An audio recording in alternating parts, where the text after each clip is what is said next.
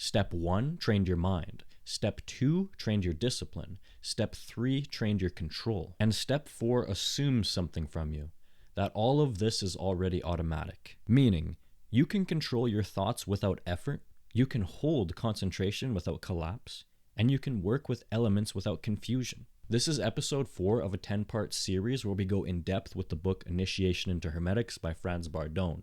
If you have not seen any of the previous episodes, I suggest you watch those first before watching this one. You'll find the link to any of those previous videos in the description. So let's get into step 4. But before we go deeper, we need to understand the structure you're about to enter. Because step 4 isn't just one skill. It's 3 distinct domains that train different aspects of your control. And if you don't understand how they connect, then you will miss the entire point of step 4. So here's the map. Step 4, and all of the steps in this book, is divided into 3 distinct pillars. The first one is mental training. And in this step, this is where you learn something that sounds abstract, but becomes very real very quickly. You'll learn how to transplant your consciousness. Not to imagine something, not to visualize something, but to take your awareness and to place it somewhere else. Into objects, into animals, and even into other people. This is the foundation of perception outside your body. And the second pillar is psychic training. In step 4, this is where your work with the elements evolves. Up until now, you've been working broadly, feeling your body, sensing qualities,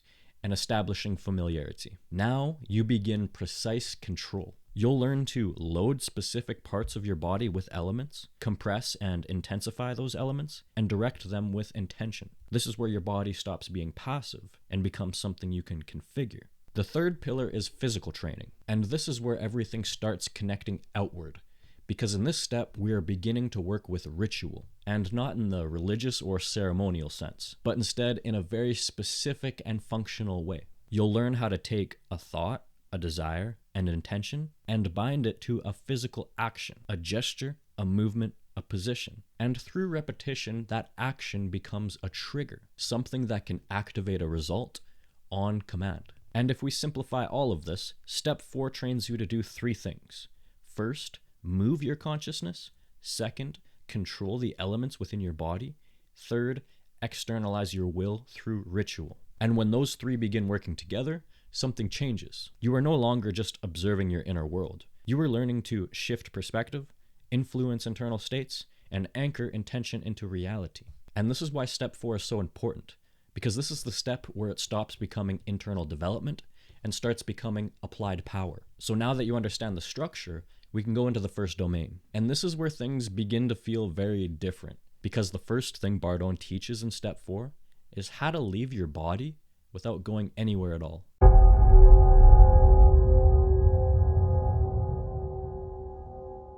Before we begin a single exercise in step 4, we must understand the core principle that makes all of this possible. Because without this, what you're about to attempt will either feel like imagination or delusion. Consciousness is not bound by time or space. He associates this with what he calls the Akashic principle, the underlying field that exists beyond physical limitation. Now, that may sound abstract at first, so let's break it down clearly. Right now, you experience yourself as being located in your body. You feel like your awareness is behind your eyes, inside your head, and looking out at the world. But that's not actually consciousness itself.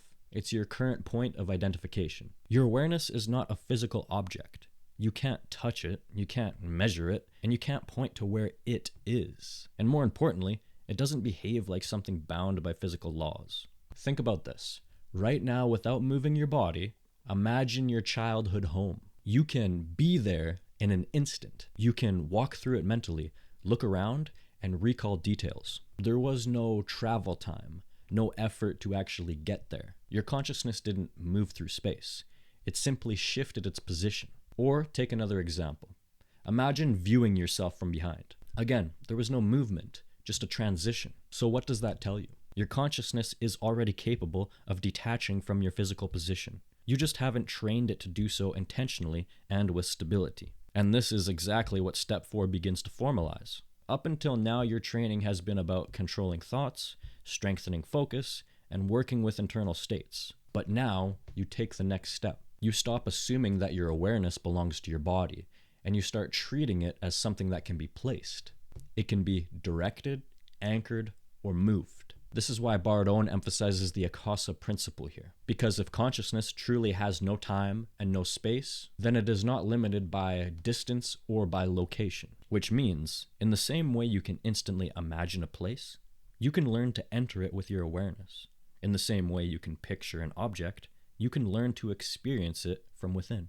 And that's the shift you need to make before continuing. Because if you still believe, even subtly, that my consciousness is inside my body, then every exercise that follows will feel like pretending. But once you understand clearly that my body is something I'm aware of, not something I'm trapped inside of, then something opens. And the exercises stop being imagination and they start being relocation. So as you move into the next part, hold this principle firmly. Your consciousness is not located in your skull. It is not bound by distance.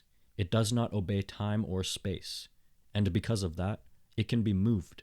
And now that you understand that, we begin the first actual exercise of step 4, where you take that principle and prove it to yourself directly.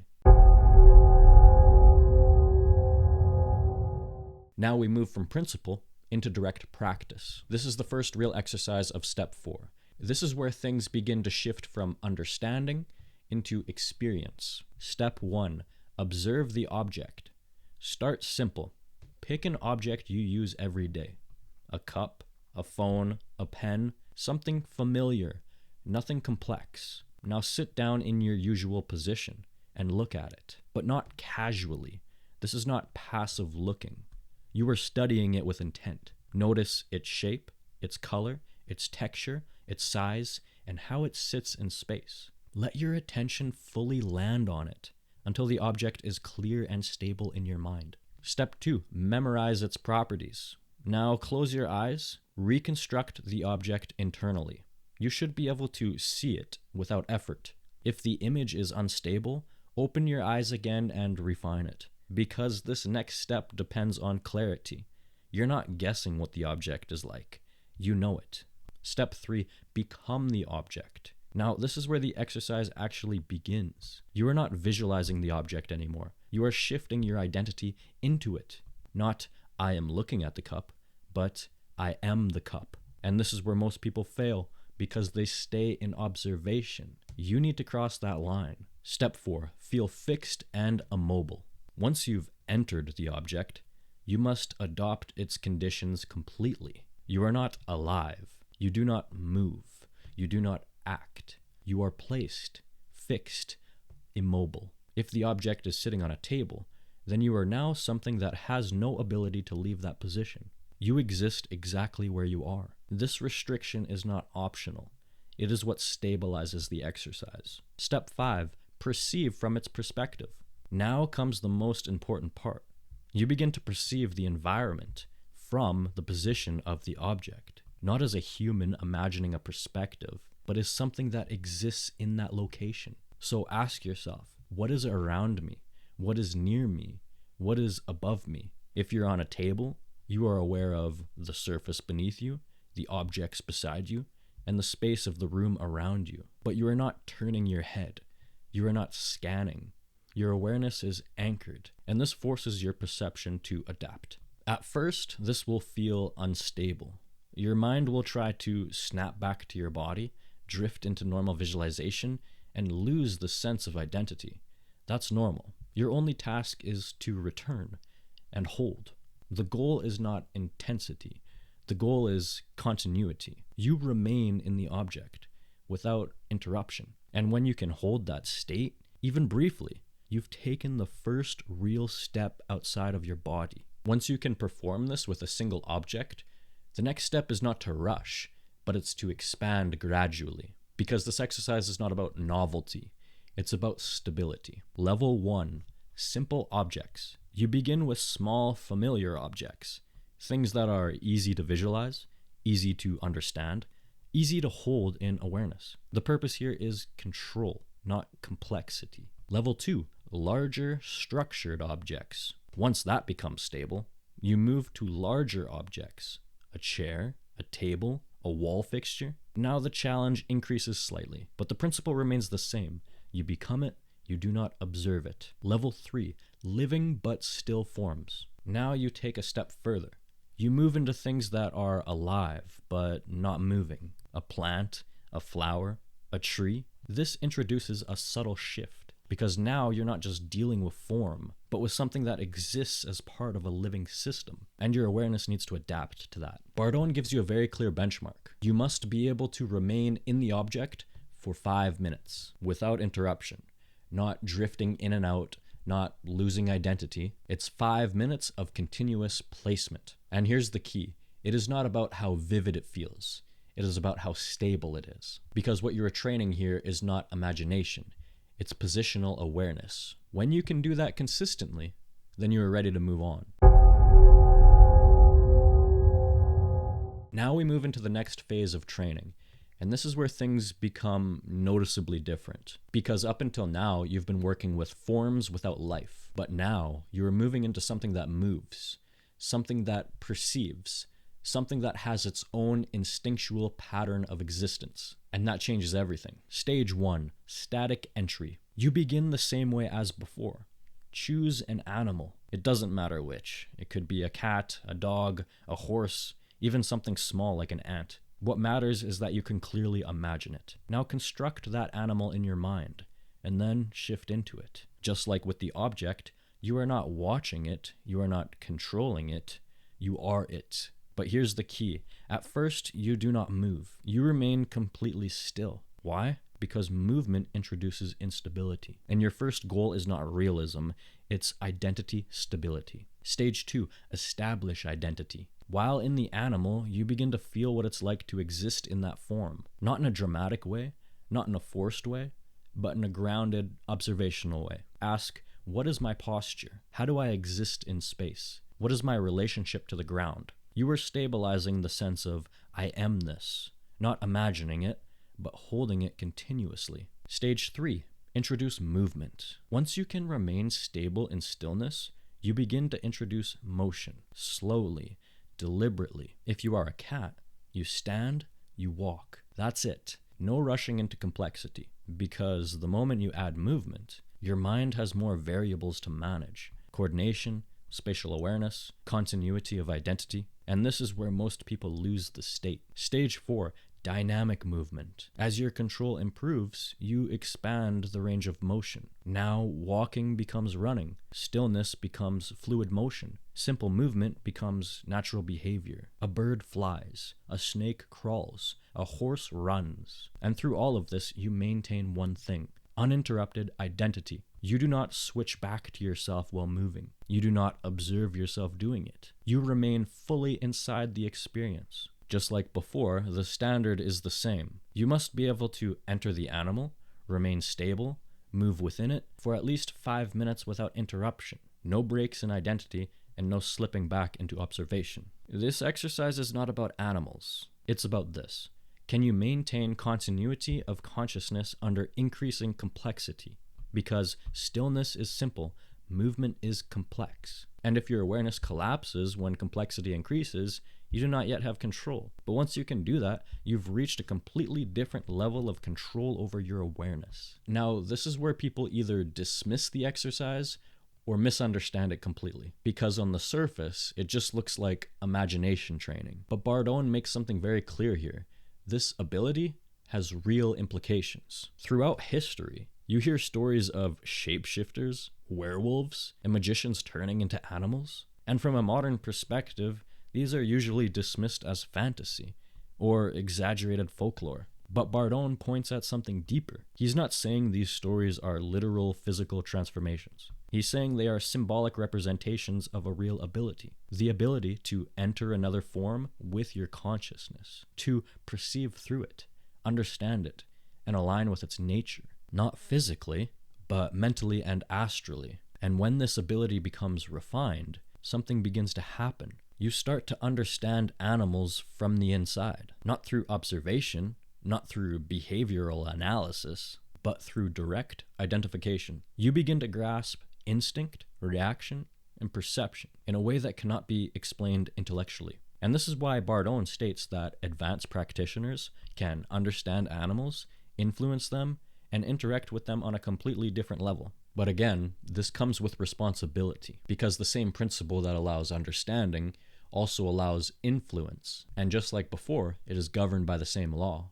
What you project returns. So now you can see that this is not a random practice. It is training you to detach from fixed identity, enter other forms, and maintain awareness within them, which becomes the foundation for much higher work later on. And once you understand that, this exercise stops being something that you try and starts to become something that you respect. Because now you're no longer working with imagination. You're working with the structure of awareness itself.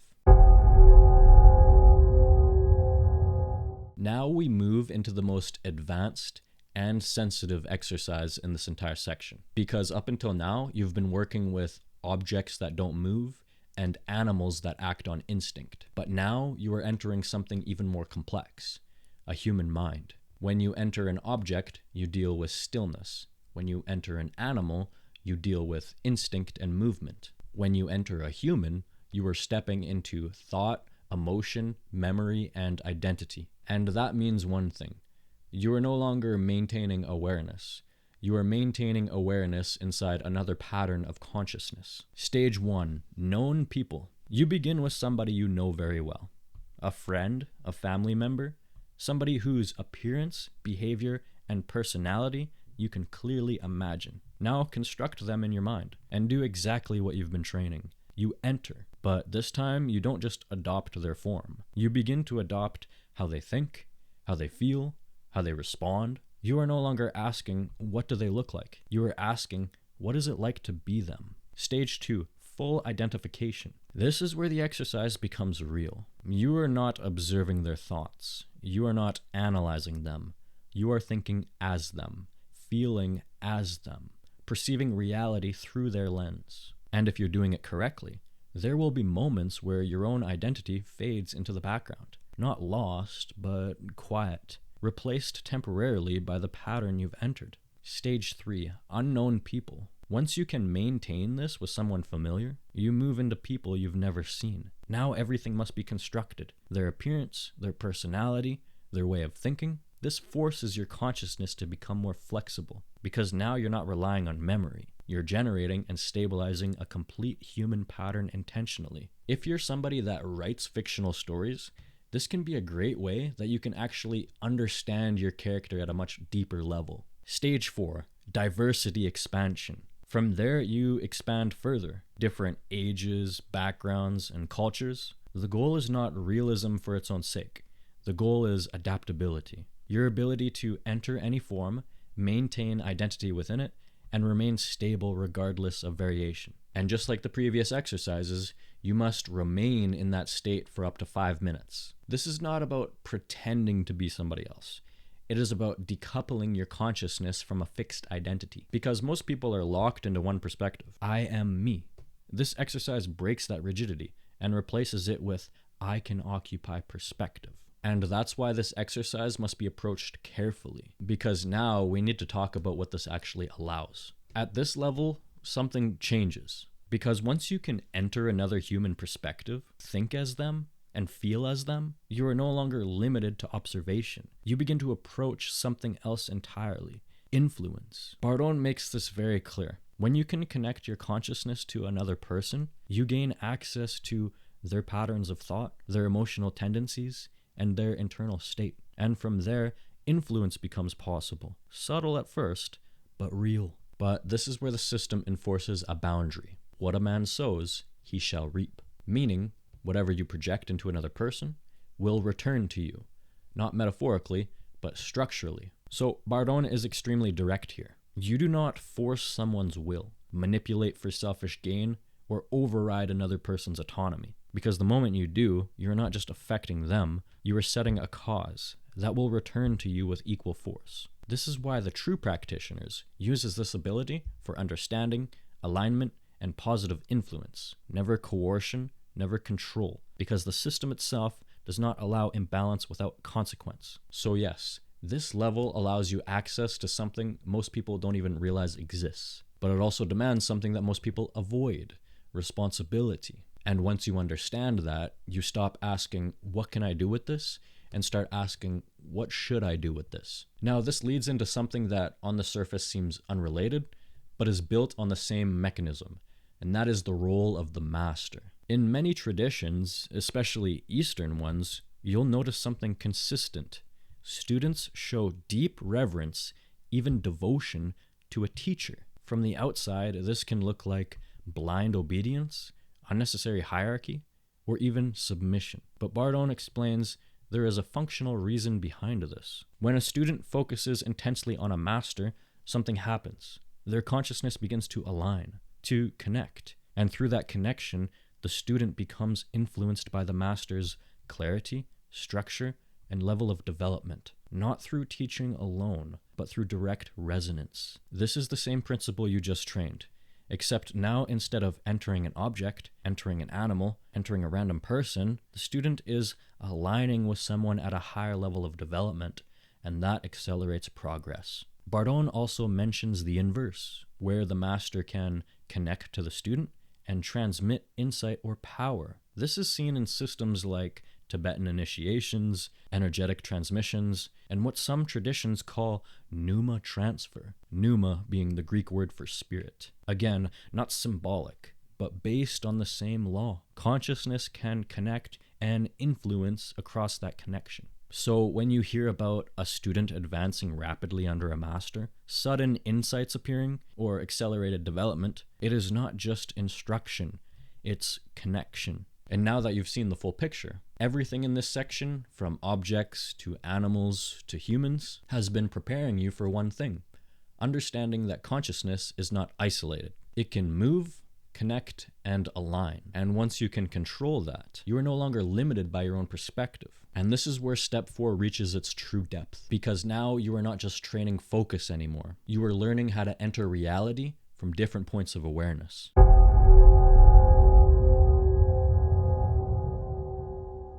Up until now, your work with the elements has been broad. In the previous step, you learned to breathe elements into your body, feel their qualities, and distribute them through your entire system. You were building familiarity, learning what fire feels like, water feels like, what air and earth feels like. But now that changes, because step 4 is no longer about general awareness. It is about precision. Instead of filling your entire body, you are filling specific zones, specific organs, specific regions, specific points of control. And this is the difference between a beginner who can generate a sensation and a practitioner who can direct it into specific areas of the body.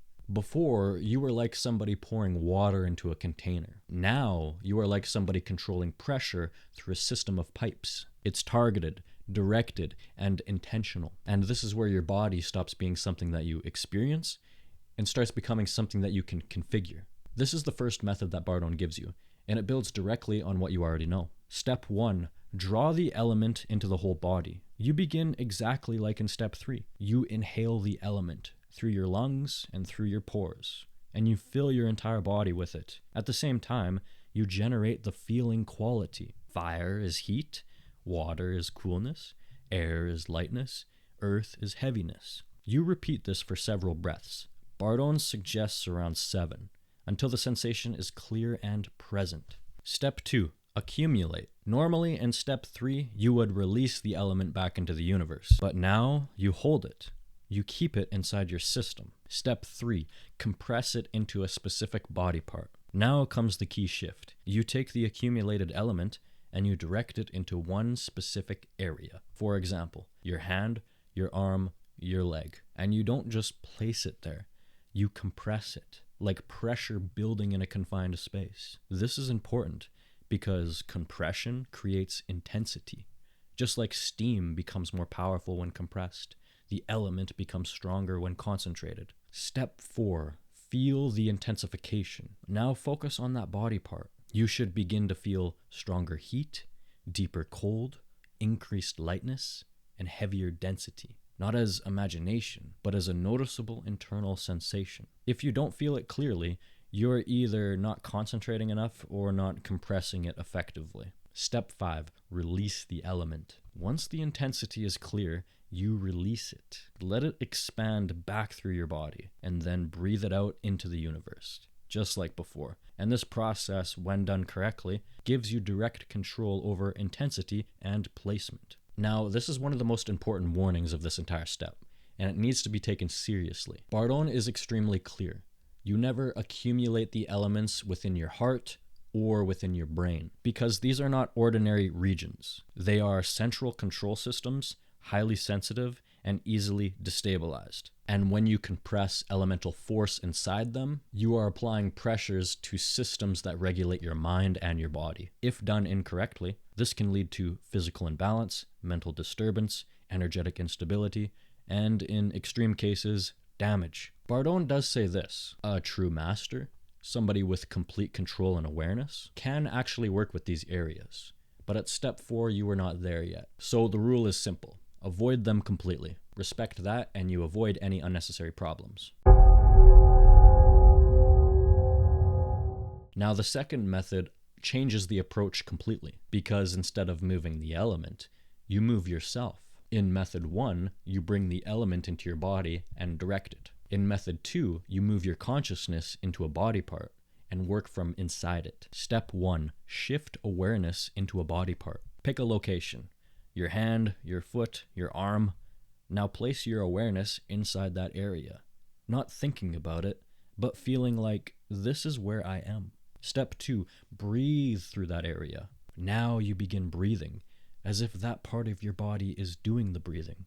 You inhale the element directly into that location, hold it there, and allow it to accumulate. Step 3, accumulate and release. Just like before, you build intensity, then release it, either back into your body or directly into the universe. This method is faster, more direct, but requires stronger control, because if your consciousness is unstable, you won't be able to hold it in one place. And when you master this, your control becomes significantly more refined. Now, Bardon introduces a structural map of the body. This is essential because it aligns your internal work with universal patterns. Your body is divided into 4 primary zones. Earth is legs up to the hips and genitals. Water is abdomen and internal organs. Air is chest, lungs, and heart region. Fire is head. This is not arbitrary. Each region naturally corresponds to a function, a quality, and an elemental expression. And by aligning your work with this structure,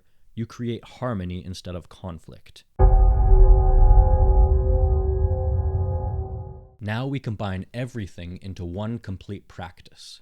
This is the most important exercise of this section. Step 1, assume your position. Sit in your usual asana, stable, still, and controlled. Step 2, load each region sequentially. You begin from the bottom. Inhale earth element 7 times, fill the lower body, do not release. Inhale water element 7 times, fill the abdominal region, keep it there. Inhale air element 7 times, fill the chest. Inhale the fire element 7 times, and fill the head region. Now your entire body is divided, each region holding its corresponding element. Step 3, hold the state. Remain like this for 2 to 5 minutes. You are now a balanced system. Earth below, water in the center, air above that, fire at the top. Step 4, dissolve in reverse order. Now you release. Fire first, then air, then water, then earth. Exhaling each element out with the same number of breaths. And why does the reverse order matter? Because it maintains structural balance. You undo the system in the same controlled way you built it. Now, this is where Bardon explains why all of this matters. Because this isn't just internal training. It has real effects. Physical benefits, increased resistance to illness, better internal regulation, and greater physical stability. Emotional and mental benefits, emotional balance, reduced inner conflict, and clearer perception. Energetic protection. You become less affected by negative influences, external disturbances, and chaotic environments because your internal system is balanced. Expansion of ability. As this harmony stabilizes, intuition becomes stronger, perception becomes sharper, and awareness becomes more refined. Bardon even states when you reach true balance, you become the center of events, meaning you begin to perceive reality more accurately because your internal distortions are reduced. And this is why step 4 is so important, because before you're able to influence things externally, you must become stable internally. And once that stability is established, you're ready for the next part of this step, where intention stops being internal and starts becoming something that you project into the world.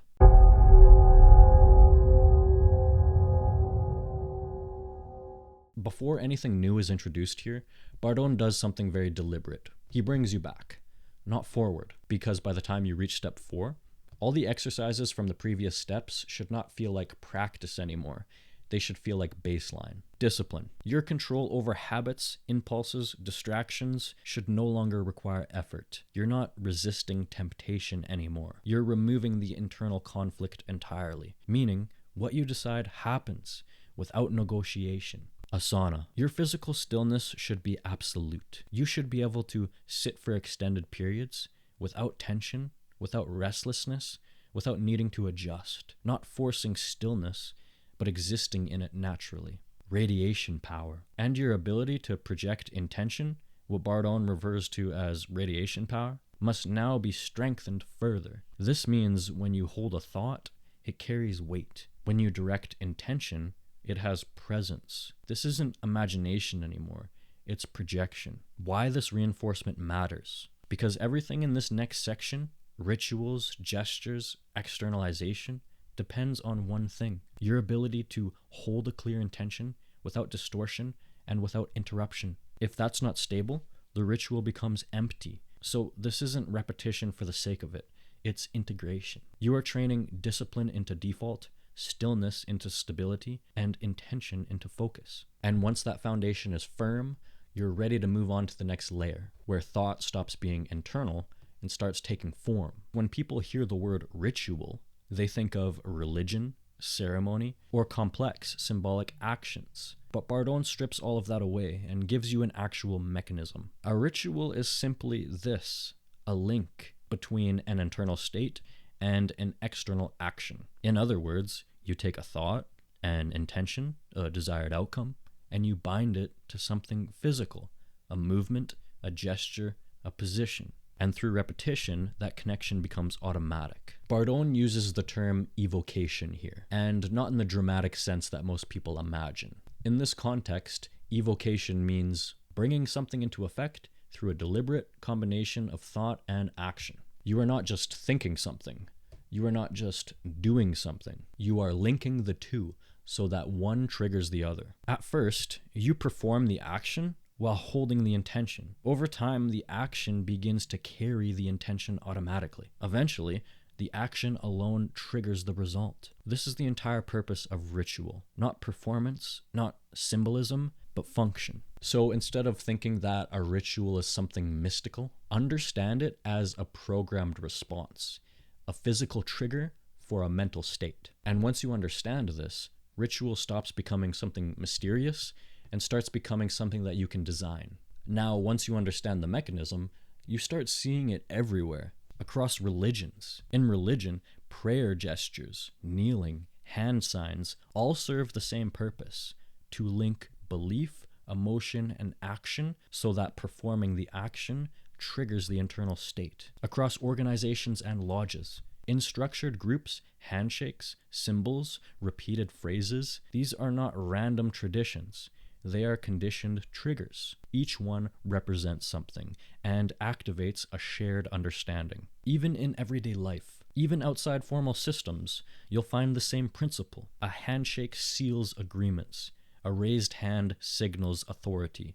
A gesture reinforces intent. These are all micro-rituals. And the reason they all work is because they are based on the same law. Any idea can be expressed through action, and any action can reinforce an idea. This is the bridge between internal and external, thought and reality, and intention and manifestation. Once you see this, you don't unsee it. You realize that most systems of power, religious, political, social, are built on the same exact mechanism: repetition of gesture, symbol, and action to build and maintain influence. And this is where Bardon separates the practitioner from everyone else. Because instead of participating unconsciously, you begin to understand the system consciously. Which means you are no longer limited to rituals created by other people. You can actively create your own. And that is where the training becomes personal. Because the next step is not about learning more systems. It's about learning how to build one that works for you. Now, this is where Bardon separates imitation from actual power. Because once you understand how rituals work, the natural instinct is to look for systems, instructions, or pre-made methods to copy what already exists. But Bardon makes something very clear. That approach is limited because ritual is only affected when it's linked to your own consciousness, not somebody else's. Because the power behind it is not in the gesture itself, the symbol itself, or the structure. It's the connection you build with it. If you copy somebody else's ritual, you're working with their associations, their internal links, their energetic structure, and that weakens your result. A ritual must be intuitive to you, natural to you, and meaningful to you. It must feel like an extension of your own intention, not something you're trying to imitate. This is where you stop being dependent on systems and you start building your own. Now, before we begin, Bardon gives you a simple framework to build from. Element mapping on the hand. Each finger corresponds to an element. The thumb is water, index finger is fire, middle finger, Akasha, ring finger, earth, pinky, air. Polarity of hands. There's another layer. Right hand is positive, the left hand is negative. This gives you a physical interface for your rituals. Your hands become tools, triggers, and control points. So instead of abstract intention, you now have a way to anchor it physically. This is why many advanced practitioners can perform rituals without anybody even noticing. A slight movement of the fingers and the process is activated. Now we get to the core application. This is where ritual becomes functional. Step 1, define the desire clearly. Not vague, not uncertain, it's clear and specific. You must know exactly what you want and what the outcome looks like. Step 2, use present tense realization. This is critical. You do not wish, hope, or imagine it happening later. You perform the ritual as if it is already done. Step 3, add emotion and certainty. You combine visualization, feeling, belief. Not forced belief, but certainty. Step 4, attach it to the gesture. Now, while holding that state, you perform your chosen ritual. A gesture, a finger movement, a position, and you repeat this combination over and over. What happens over time? The gesture becomes linked to the realization. So eventually, you don't need to build the state manually. The gesture triggers it, and that shift is what gives it power. Now, this is the goal, the end state of all of this repetition, from manual to automatic. At first, you consciously perform the ritual. You consciously generate the state. But over time, something changes. The connection becomes automatic. You perform the gesture, and instantly the thought appears, the feeling activates, and the intention locks in, without effort. Eventually, it goes even further. The process reverses. Instead of thought and action, it becomes action and thought. Meaning, you perform the ritual, and the entire state activates on its own. Because now you don't need preparation. You don't need build-up. You don't need extended focus. You have a trigger. Now Bardon explains why this works, and this is where it gets deeper. Every time you perform the ritual with intention, with clarity, you are storing energy in what Bardon refers to as the Akasha principle. Think of it like this. You are building a reservoir, a store of intention, force, and directed will. Each repetition adds to it, layer by layer, until the system is fully charged. Once enough charge is built, the ritual becomes a trigger, a release mechanism. You perform it, and a portion of that stored power is discharged to produce the effect. And this is why consistency matters more than intensity. Now, this is something most people overlook, but Bardon emphasizes it for a reason. Once a ritual is charged, it is no longer just a gesture. It is a functional mechanism. And if somebody else knows the gesture, understands its purpose, they can tap into that same reservoir. They can weaken your effect, redirect the energy, or even use it themselves. So the rule is simple. You keep your rituals private, not out of superstition, but out of function. Because once shared, the exclusivity, and therefore the control, is lost. Now expand this idea beyond the individual. When large groups repeat the same gesture with shared belief, over time, they build a collective reservoir. This is seen in religious practices, political movements, ceremonial systems, where repeated gestures accumulate energy, reinforce identity, and amplify influence. Each individual contributes a small amount, but collectively, it becomes significant. If used improperly, this collective force can distort perception, manipulate masses, and eventually collapse due to imbalance. Most people can use their own discernment to see how this is actually affecting our society right now. So now you can see ritual is not just personal, it's structural. It operates at the individual level, the group level, and even the societal level. And this brings us back to the same law that governs everything in this system. Any force you create returns balanced. If rituals are used for selfish control, manipulation, harm, the same force will eventually turn against the originator, not as a punishment, but as a consequence. This is why the true practitioner does not exploit, does not dominate, does not manipulate. They operate with awareness, restraint, and alignment, because the system itself enhances balance. Now, to close this section, Bardon gives you very practical advice here. Do not create dozens of rituals, complex systems, unnecessary variations. Use 1 or at most 3 rituals, because each ritual requires repetition, energy, and consistency. If you spread your focus too thin, none of them develop enough charge. It's not about how advanced the ritual looks. It's about how often it's used, how deeply it's linked, and how consistently it's reinforced. A simple ritual used consistently is infinitely more powerful than a complex one used occasionally. And once you understand that, you stop trying to create something impressive and start trying to create something that actually works. At this stage, you are no longer learning techniques. You are building tools, and those tools will define how effectively you can act beyond yourself. By now, you should be able to feel it.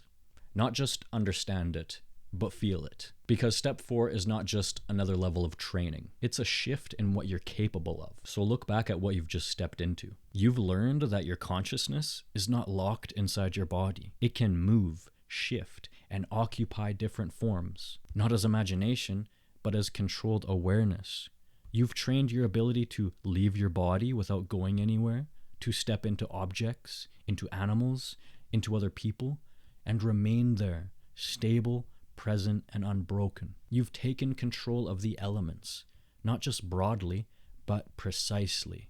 You can direct them, compress them, and place them exactly where you choose, inside your own body, balancing it, stabilizing it, strengthening it. And then you crossed into something else entirely. You learned how to take a thought, a desire, an intention, and bind it to an action, to create a trigger, a mechanism, something that doesn't just exist in your mind, but can be activated on command. That's not theory, that's function. So understand what this step really is. This is the point where you stop becoming somebody that practices techniques, and you start becoming somebody that can apply power. Because now you can shift your awareness, control your inner state, and externalize your will. And when those things come together, you are no longer reacting to reality. You are shaping it. But here's the part most people miss. This is not where mastery is achieved. This is where responsibility begins. Because everything you've learned here works. And because it works, it requires discipline. It requires restraint. It requires clarity. Without that, the same abilities used to build can destabilize. So step 4 is not just power, it's controlled power. And if you followed this correctly and taken the time to actually train it, you've crossed a line most people never even see. You are no longer just thinking differently, you are operating differently. So take this seriously, practice it properly, and stabilize it completely. Because what comes next builds on everything that you've just unlocked. And if you thought this step was intense, step 5 is where things stop being internal altogether.